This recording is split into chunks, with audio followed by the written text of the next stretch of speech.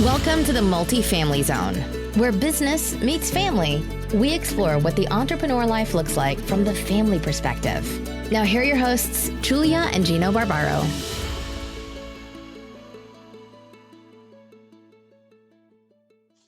Hey everyone, this is Julia Barbaro, host of the Multifamily Zone podcast. I'm here with the co-founder of Jake and Gino, my husband and the co-host, Gino Barbaro. Hey Gino. Hi, Jewel. How are you? I'm doing great. How are you? I'm good. You know, I'm excited. We have a great guest, and I kind of want you to introduce her. Well, I'm glad for the listeners because they always hear us go on and on and talk. So it's always nice to get the perspective. Anna Kelly is the founding partner of Zenith Capital Group, Apex Multifamily, and REIMom.com. As a top-ranked former financial relationship manager for a private bank and having worked in the financial sector for 20 years, I feel sorry for that. That's a long time. Anna has a keen understanding of various financial tools available to grow and preserve wealth. Believing real estate to be one of the most powerful tools for creating stable cash flow, asset preservation, and equity growth, Anna began investing in real estate 20 years ago. She has purchased, renovated, sold, and rented millions of dollars in real estate across numerous asset classes while working full-time and raising 4 active children. I'm tired right now just reading all that stuff. So without further ado, Yes, welcome to the show, Anna. Thank you so much. I'm so happy to be here. So just tell us your story. I mean, how did you get into real estate? I mean, my wife's going to dive into the family stuff. I want to get into the nuts and bolts of real estate. Why did you choose real estate? And, you know, how did you get into it?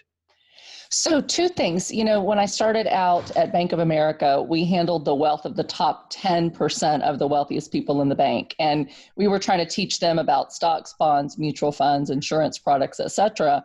And when I told them about the returns, I truly had a couple of my clients kind of laugh at me. I mean, I was very young, but they made a lot more money in real estate. And so I knew that wealthy people had real estate. And I knew that one day, if I ever had money, I'd like to own some real estate. So I kind of put that on the back of my mind. And as a renter in Houston, Texas, rents were really high.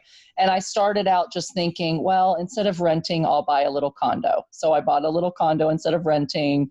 And then when I got married to my husband almost 20 years ago, we bought a house in a regentrifying area, kind of up and coming, and thought, oh, we'll make a lot of money when these values go up. And then I had my first child in 2003. And I had been very much like driven to climb the corporate ladder until I held my first baby in my arms. Mm-hmm. And at that point, all I wanted to do was be a stay-at-home mom. Mm-hmm. And my husband had just finished chiropractic college, and he had a 6-figure school loan like so many people do. Mm-hmm. And I really didn't have the choice to stay home. So I thought, you know, HGTV was coming on when I was home from maternity leave, and mm-hmm. all these Flip This House shows were on. And I thought, all I have to do is flip a house or 2 and I'll be able to stay home with my kids. Uh-huh. Mm-hmm. So we flipped our first house. We did it all the wrong ways, like traditional financing, paid retail, hired fly-by-night contractors. You know, the house sat on the market a while and we lost money. Mm-hmm. So that kind of jaded me thinking, maybe this isn't such a good idea. My husband lost a job while we were flipping and had 2 mortgages wow. and a new baby. And we just thought, okay, this isn't for us. And so I kind of took a little hiatus for a couple of years, you know, the thought of real estate. And then we moved to central Pennsylvania 12 years ago to start my husband's chiropractic business. And just kind of having a financial mind and knowing that I was going to be the sole breadwinner while he started out a business with a couple $100,000 in debt. It was close to $750,000 to start up his practice. The leasing space was very expensive. And so we decided, let's just buy a building that has some tenants on top, because that was very common for our main street in our town, and it'll help pay for the mortgage. So we really did it just to help cover expenses. And then we bought a 4-unit to live in because I didn't know if I'd keep my job. They let me try to work from home for a few months. Mm-hmm. So we thought, you know, we had this beautiful big home in Houston. We downsized and lived in a little bitty 4-unit. And again, it was just to cover our living expenses in case his business didn't go well and I got laid off. So that was my foray into rental property investing 12 years ago. And then it just kind of grew from there. Mm-hmm. When you had those moments of, you know, the downtime where it wasn't working and, you know, like you were saying, did you have that mindset where you're just like, I'm just going to keep trying? you know, or were you feeling, all right, I'm going to go find another career? I think with the house flip, after we did the first one and we lost some money, we thought this is too dangerous for us to do again, at least at that point.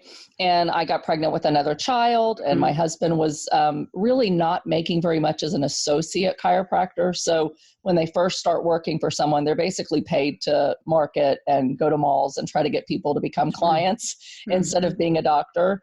And we just thought, you know, I'm going to have to just help my husband build up his business. And once he has his own practice, then maybe I can stay home. And so I really didn't think about real estate much more until we got our few rentals. And we did that in 2007 and 2008. And I worked for AIG Life Insurance Company. And if y'all have tracked everything with the collapse of 2008, 2009, AIG was one of the biggest companies almost to fall. And they had a $2 billion bailout by the federal government. So we thought I was losing my job. I was the sole breadwinner. My husband's chiropractic, business started going down too, because insurance started changing and people could no longer, pay for their deductibles. So I had the only job. And at that point, I was just trying to help my husband's business stay afloat. And we were working on slowly updating the units that we did have, in hopes that maybe one day we can make some money off of these things. And then once we have money, start investing in more, buildings. So that was the mindset at that time. And then when I lost literally 3/4 of my 401k within a couple of weeks in the stock market, invested in AIG stock, I knew I had to do something. So I thought I was losing my job and I lost most of my retirement. And so I took a 401k loan and I bought another 4-unit building. Because I thought, at least if something happens and I lose my job, I can make another $1,400 or $1,500 a month with what little money I had left with another 4-unit. And so that's what I did. So when did you transition into real estate full time? I just retired in May of this year. Retired from my corporate career. From 20 years at AIG, I retired and now I am full-time real estate. Oh, so you stayed with AIG the entire time, huh? Oh, I did. Okay. Wow. By the grace of God, I kept being told over 10 years, your department's going to be laid off. And what really saved me is we were in such a complicated division. We did product development for banks and high net worth individuals that were investing in syndications or private placements within a life insurance policy. And so we were too complicated for anyone else to buy and understand and take over. And we kept downsizing and I kept keeping my job. So 5 years ago, my department was going to be sold. And AIG said, I know we've told you for 5 years, you're probably going to be laid off, but this is really probably going to happen in a year. So everyone in your department needs to start figuring out something else. And so 5 years ago is when I made a real strategic plan that I said, I had tried to take equity from my buildings before and buy more buildings, but the banks wouldn't let me because they knew I was a sole breadwinner. My husband had hundreds of thousands of dollars in debt, and I work for AIG, which they viewed as risky. And so 5 years ago, I just said, I have to figure something out and I've got to start replacing my income. And the only thing I knew to do was keep buying 4 units. So I started having to get creative. I learned about owner financing and I went back to some banks until somebody said yes.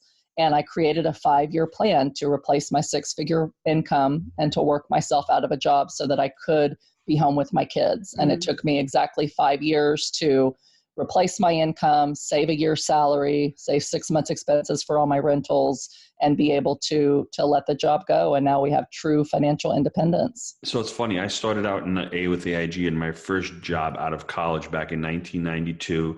It was reinsurance accounting. I was working at 99 John Street downtown. I was actually there working when the first World Trade Center bombing happened in 1993. And Wow. That job was like watching paint dry. I was in reinsurance accounting. It was the most boring thing on the planet. I mean, I was like wanting to stab my eyeballs out. And I thought at that time, all that years, I said, I am not sitting in a cubicle letting someone dictate to me what my life and what my career is going to be. And for everyone out there who thinks that real estate's risky, you're right. But right now, with a W-2 job and waiting by the phone every 3 months for a review to say that you can be downsized and you can be let go and you might get a little severance, there's nothing more riskier than that. Now, I'm not saying that's the right path or the wrong path for you, but there is an alternative, and you don't have to do it tomorrow. You can do it in 5 years from now, like Anna's did it. You can plan for it, and you can empower. You can have an empowered life that way, where you're putting a plan into action. It took me from when I bought my first property in February 2013, 3 years to leave the restaurant, and that my plan in motion was a couple of years before that. So I was around the 5-year path, because it takes you a good 24 months to become competent at what you're doing, learn what you're doing. Then you buy your first deal. Then all of a sudden, 3 months later, you get your second deal. But you need to stay motivated. You need to be in an environment. You need to be with like-minded people. You need to possess all that, and you need to have a great spouse who's telling you you're doing a great job. You need someone to actually help you and to tell you you're doing great, and then to keep that going.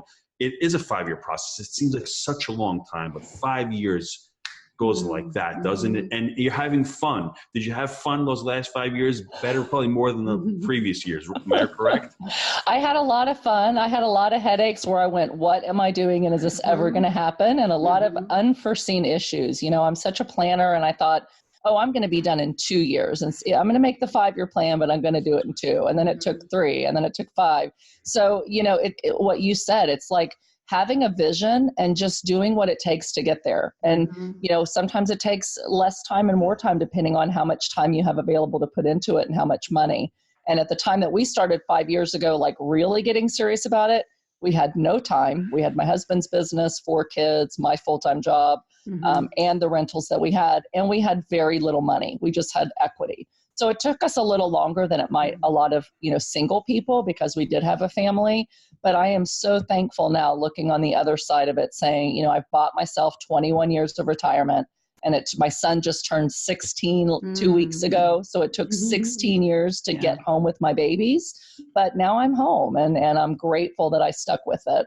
So it's funny, before my wife asks the next question, I just want to make this point also. Jeff Bezos, I think he says, don't change the vision, change the plan. So it's important, because you're always going to pivot. My community director, Josh, is always saying, you're always doing something. You're always pivoting. Let's not pivot. But life is all about pivoting. You know the course, the financial freedom. That's your vision. There's going to be different ways to take it, right? You might get into whole life insurance. You might get into duplexes. You might get into syndication. You might get into fix and flip. You might get into refi and roll. All those different strategies are pivoting, but the vision never changes. Your strategy, your market cycle, your exit strategy, your debt you're using, those are all going to change, and you have to learn all those. But if you don't deviate from the vision, you'll get there. Absolutely. I agree 100,000%. And, you know, like you said, when you have that vision and you have a plan, you do everything you can within your control. And as things happen in your life and your family and your jobs and the markets, you have to get creative and be open to new things within that plan. But the goal is always financial freedom. So let's get into the family. Let's get into your husband and you and the dynamics between the two of you, because I know, and I hear from a lot of people that, you know, they can have a successful real estate, you know, venture, whatever they're doing, but to have that solid foundation at home is super important. So tell us a little bit about that and why it's important, how the two of you work together. Sure. So it's really important that you trust each other, and that you're willing to go to bat for each other and kind of pull the weight when the other one can't. You know, there's certain times when he's got a lot more on his plate, and other times when I have a lot more on my plate. And when we both ran different businesses we were passionate about, you know, that thing comes first to us in terms of businesses and what we think is most important. And, you know, he really wasn't a huge real estate advocate. Like, the more I bought, in the beginning, we didn't have money. So it was all sweat equity and active work. Like, I painted, he did the windows and the floors and the cabinets. And so every time I bought something, it created more work for him. And that created a little bit of stress, you know, because he's trying to do his practice and help with the kids. And, you know, then like, I got to go work till midnight on this problem at this property, and you keep buying properties. And, you know, it would stress him out. And I'm like, I'm just as stressed too, but there's a vision. So let's just keep going. So he didn't love it, but I hated being in his office as a chiropractor too. And so I went in and trained his staff and did his billing and did his marketing and all these things that I didn't like either. So we just looked at it as a partnership and a trade-off, that we're supporting one another. and, getting out of the comfort zone, to have that cohesive vision of getting ahead in the future. Sure. And then what about your children? Each kid has like a different, interests, and it's so interesting to watch them kind of go toward, whether it's real estate or chiropractic. So do you see each kid, as a different interests as far as both of your careers? So far, I mean, the two little ones are 8 and 10. So they pretty much, just have no idea what they want to do in life and don't think about anything seriously at this point. Sure. They're very into sports. My youngest is a gymnast, and the next one's, in soccer and plays an instrument and whatnot. I have a daughter that just turned 13. And before about 2 or 3 months ago, she wanted nothing to do with real estate because they've lived at a property or Lowe's as much as they've lived at home. And she just had no interest. Sure. And when my 16-year-old really started talking about what he wanted to do, we always pushed school, grades, got to go to college. And I really became a multimillionaire, not through my W-2 job that I worked my butt off, for years and years. It was through the real estate. And so when he saw that I really did retire and that it really did work out, he finally said, Mom, I really don't want to go to college. I don't know what I want to do, except I want to do real estate because I like it and I've seen what you do. And, he mowed for us and we paid him to do different kind of things. And now we're paying him to learn bookkeeping and property management and teaching him kind of soup to nuts on the ones that we do self-manage. And so that's really his dream now. And so we're really focused on helping him to get his first rental property this year and to use that to kind of help buy a car and learn to use assets to pay liabilities.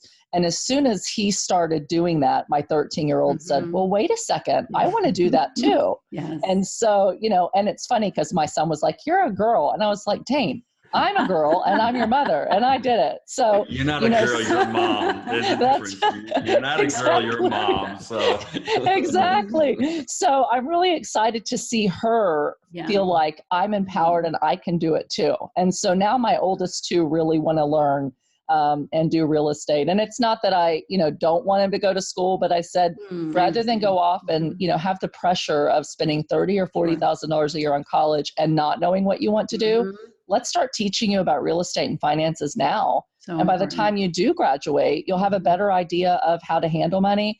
And even if you don't do it full time, you can have some freedom with the finances from the rentals you do have so that you can have more time to figure out what you really want to do when you grow up. My one take on that would be you've already gone through it. Make them look at real estate as not real estate. Make them look at real estate as a business, as something that's scalable, because you're lucky you didn't get burned out and you're lucky your husband didn't get burned out. I got burned out. Oh, we did. Yeah. Because it sounds like you did, but you just kept going. We didn't systematize it, right? So now what we're doing with Jake and Gino, we have over 1,500 units. I own 1,000 units personally and 500 syndication. I would not have been able to do that if we didn't buy multifamily. We didn't scale it up. We didn't use Appfolio. We didn't have an onboarding for our tenants. We didn't have an onboarding top grading for our employees. And you start small, but the mindset is our children should look at it as a business, as a viable way to create wealth and to create a business from that, and not just go out there and deal with tenants and toilets and all that, but actually be able to hire people to do that. So if you can start that at a small age, and I've got my son in our first deal, and I've actually had him as an investor in our deal. So now he's talking about monthly draws. He's talking about how many tenants are vacant. He knows what the word KPI means. So he's intimately involved in it. And it's not just from the handyman perspective, but it's really from the business perspective, because real estate is two things. It's debt and it's taxes, and it's really creating a business. So if you're a single family home person, it's about building a business. If you're a multifamily, it's about building a business. If you're in commercial real estate, it's all about building a business, because it's all about numbers and it's all trackable. So if they can start that out with that mindset, they're going to be able to build a great portfolio. Yeah, I absolutely love that. And we've talked a lot about that too, because basically when I got 4 years into my plan, I realized, okay, now I've got enough that I can retire, but what do I want to do? And I'd always wanted to buy larger apartment buildings, but I really didn't have the time, to network. And I was kind of jaded from syndication from a situation like 10 years ago where I hired a coach that ended up being a fraud, that was talking about syndication. And so I really never kind of went down that path until about a year ago. And then I realized, I really need to be able to scale. And once I am not working full time, and I can just focus full time on real estate, I want to go after multifamily. And so, now I've purchased a 73 unit and a 31 unit and a 10 unit, and I'm working on, syndications and investing in and operating much larger multifamily because of that exact thing. And so starting to really systematize the smaller stuff that we self-manage in order to be able to scale and focus completely on the larger stuff. It's amazing. One thing I heard in that whole thing is I didn't have time to network. And it really stinks because you're working, in the business, not on the business, right? So that 5-year plan is drawn out because you can't do those high level tasks because you're being a mom, you're helping your husband out in his business, and you're working full time at AIG.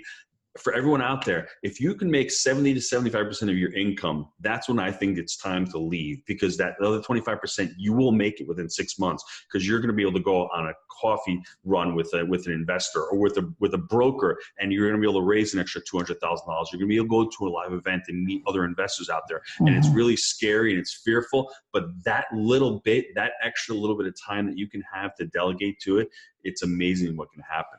Yes. And I wish I had used other people's time and other people's money sooner. I really did. And I tell people that all the time, network and utilize that. I think for us, like you said, I mean, if we could do it with all that we had on our plate, and I truly worked 80 hours a week for the last 10 years, 70 to 80 hours a week. So I didn't have time, and I made time with the best I knew. And, so as we learn more, we grow more, and we do things a little bit different. Kind of what you were talking about pivoting. You figure out, I'm burnt out, we can't do it this way anymore. So you learn something new and you do it. But the earlier you can utilize other people's time and money and network and scale up, the better off you'll be. Sure. Yeah. What advice would you give to, the mothers out there who, are kind of in your situation or were in your situation? Just, kind of give them some good tips on, what to do, what not to do, what worked for you, what didn't work for you, Yeah, I think a lot of it really depends on your family dynamic and how much time your spouse has to dedicate to real estate, or how much money you have coming in from your spouse rather than yourself. So if you're like the sole breadwinner, which I just happened to become because my husband, we started at the wrong time with hundreds of thousands in debt, and it took him years to pay that off. It's going to be harder. It just is, because you have no choice but to continue to work and pay off debt and all the expenses. And I really just focused on when my kids were home, trying to be as present as I could with them, and trying to get everything done, like first thing in the morning, lunch breaks, between their games. Sometimes I was dropping off at practices, and utilizing every single minute in the car to handle my rental property stuff and to try to figure out how to scale. Every day that they went to bed, I stayed up late for 2 or 3 hours to handle, all of my stuff.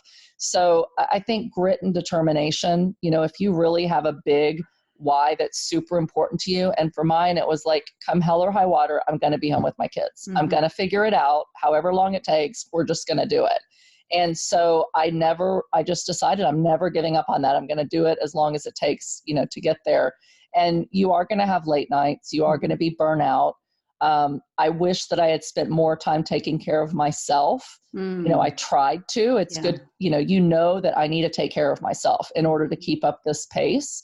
But the reality is, when you're working full time and you've got an hour a day, at lunch, you're usually handling fires, putting things out, trying to figure it out when you're doing it on the small scale.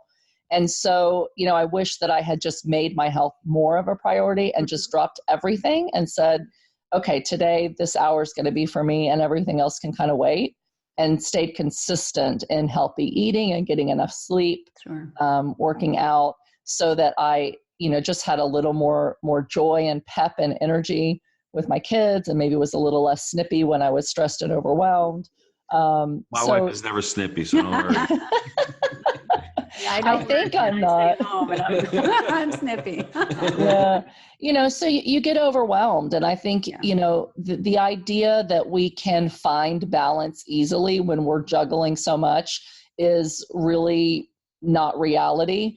I think we find balance for a time, but I've just learned to give myself grace and do the best that I can. And I've learned, my kids are going to be okay. I'm with them all the time. Right. Yes, sometimes I'm not fully present, or we're watching a movie together and I'm doing bills, but we're together, But that can and happen so even if you weren't working, exactly. And I'm guilty of that. Yes. Exactly. So I think just keep going, keep that vision, and give yourself grace, and know that your kids know that you're working hard for them and they love you, and, give them as much love as you can, and then just do the best you can with everything else that you have to juggle, and take care of yourself, and, but not stop. Don't give up when it gets hard, because it's hard more often than it's not hard until the end, when you start to really reap the rewards and the income becomes truly passive rather than active, like it is for many people in the beginning if you start out with no money.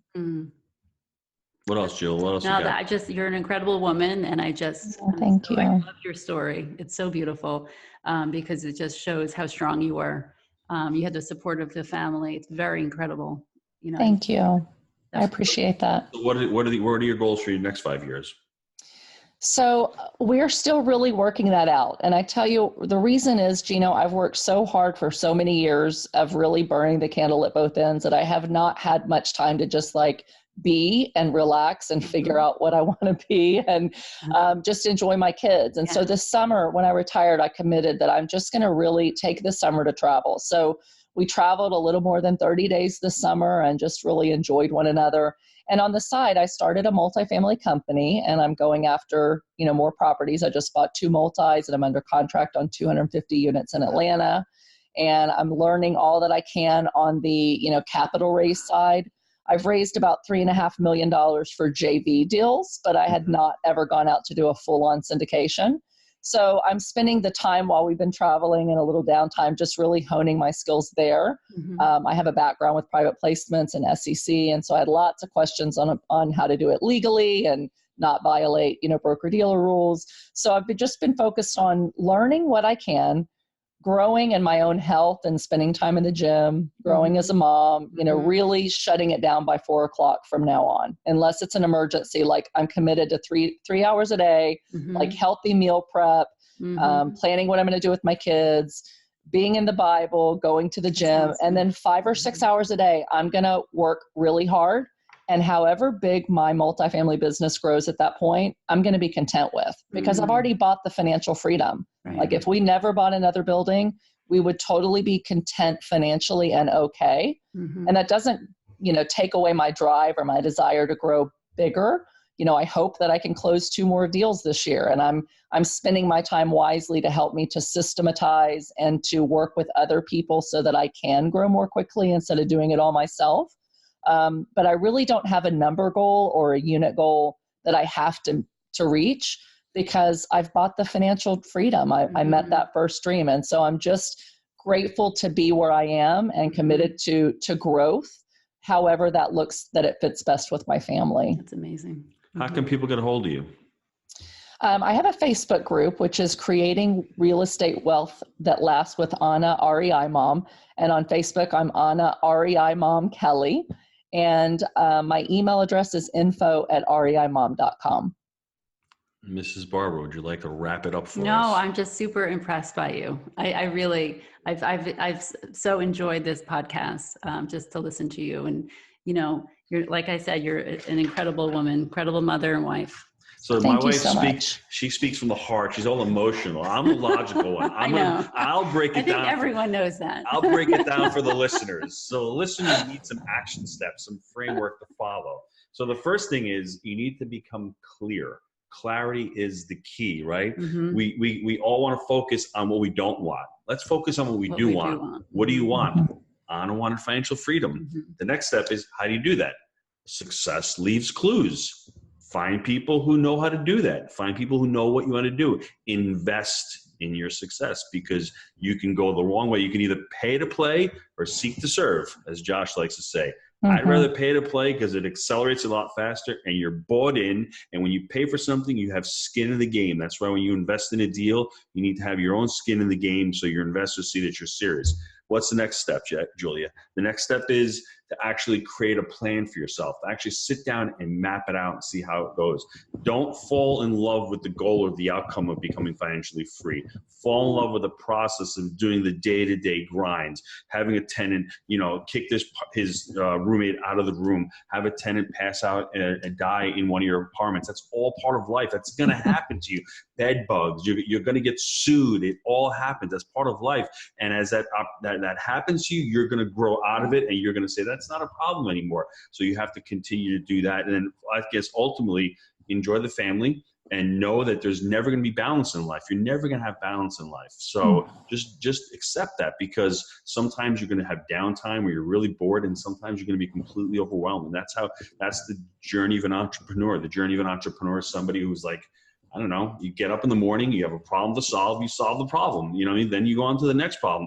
The more problems you can solve, hence the more doors you have under management, the more money you're going to make, the more people you can serve. That's what's great about this economy. Get on the internet, start doing online training, start giving out your information and helping other people, because the more people you're going to help. That's why single family homes are great. But if you have 10 or 15, you're only doing 10 or 15 tenants. Unfortunately, if you have 1,000 doors, you're helping 1,000 people with the living. So keep that in mind. I can keep going on with the framework because this is like a call in and of itself, but just to give people an idea that it's not easy. Don't get sold on this is an easy thing. It's not. But at the same time, you still need to spend a lot of money. I've spent a lot of money on my education. I continue to do so. And as you hit a plateau in your life, the next part is scaling. So we're scaling up our businesses. So that's another thing. And then you need the personal development. You're constantly growing because you're constantly finding new things, and you need to be plugged into an environment, and you need to have your family on board with you, because you want your family to see what you're doing and you want them to enjoy it with you and to be on that journey with you. Because I want my kids to be my live event. I want my kids to interact with my students. I want my kids to interact with Jake and his family and our entire communities, because they see what a business is about, right? It's not just profit is the fuel, right? It's not just a destination. That's what it comes down to. We're not here just to make money. We're here to make money matter, as one of my mentors says. That's what real estate's all about. That's why when you become financially free, everybody, it's not like I can retire. There's no such thing as retiring when you become financially free, because then you're like, okay, game on. Now I can finally find out what I really want to do, right? Right? Now I can take down multifamily properties. Now I can take a little bit more risk, because whatever happens, it's gravy. So I know that was a really long dissertation, but you gave us a lot of meat in this podcast. So I just need to regurgitate to people and really make them lock it into their mind and say, I can do this. Anna's got 4 kids, hundreds and hundreds of thousands of dollars of student debt, single breadwinner, everything going on. I've got a full-time job, and yet I can do it. So if Anna can do it, Gino can do it, everybody out there can do it. Absolutely. Would you like to add anything else to that? I mean, I think I've wrapped it up, and my wife is probably thinking, would you stop talking already? So I know that, but I love talking real estate. So I think real estate is like one of the best drivers. We can talk about the tax benefits. We can talk about all that stuff. But I mean, to grow a business, to impact the community, to finally learn it and to teach others how to do it, I mean, there's nothing better in the world, I think. Yeah. As far as and there's truly nothing else like it that can create wealth, and not just wealth now, but generational wealth like real estate can. I've worked with investments my entire adult life. And if I can go from negative $750,000 in debt to multimillionaire in a couple of years of really hard work, and I did it the hard way. I didn't scale into bigger multifamily till later in life. It is possible. It just is a matter of doing the work. It's not easy, but it is not that complicated. So I'm all in. I'm passionate about real estate because of what it does for people, both in the communities that you serve and just for yourself and for others that you bring along with you. It's amazing, and especially the large multifamily space. And Anna, you didn't get me into the whole financial sector. You're lucky we didn't go off on that tangent, because the real estate gives you the control. I don't have to go look at my 401k and all of a sudden the market's down 900 points. If I want to raise a tenant's rent, I can raise it. If I want to refi the property, I can do it. If I want to sell it, I can do it. If I don't want to buy it, I can do it. I have the control. You have the control of your portfolio. And that's what people crave. They crave control in their lives. And I think real estate allows them to do that. So I can keep talking. So, I mean, my wife is looking at me going, okay, it's time to wrap it up. You guys we can talk for another half hour. I think just leaving it off that, be sure and be clear on what you want in your life. And surround yourself with like-minded people. Go and check Anna online on her Facebook page, on her websites, and use her as a role model and reach out to her and say, hey, listen, I want to start real estate. Where do I start? How do I start? That's the important thing. Yeah. We just want to thank you for being on the show today. And if anybody likes the show, leave us a review, leave us a comment below. And until next time, we'll see you. Thanks again, Anna. Bye. Thank you. Anna.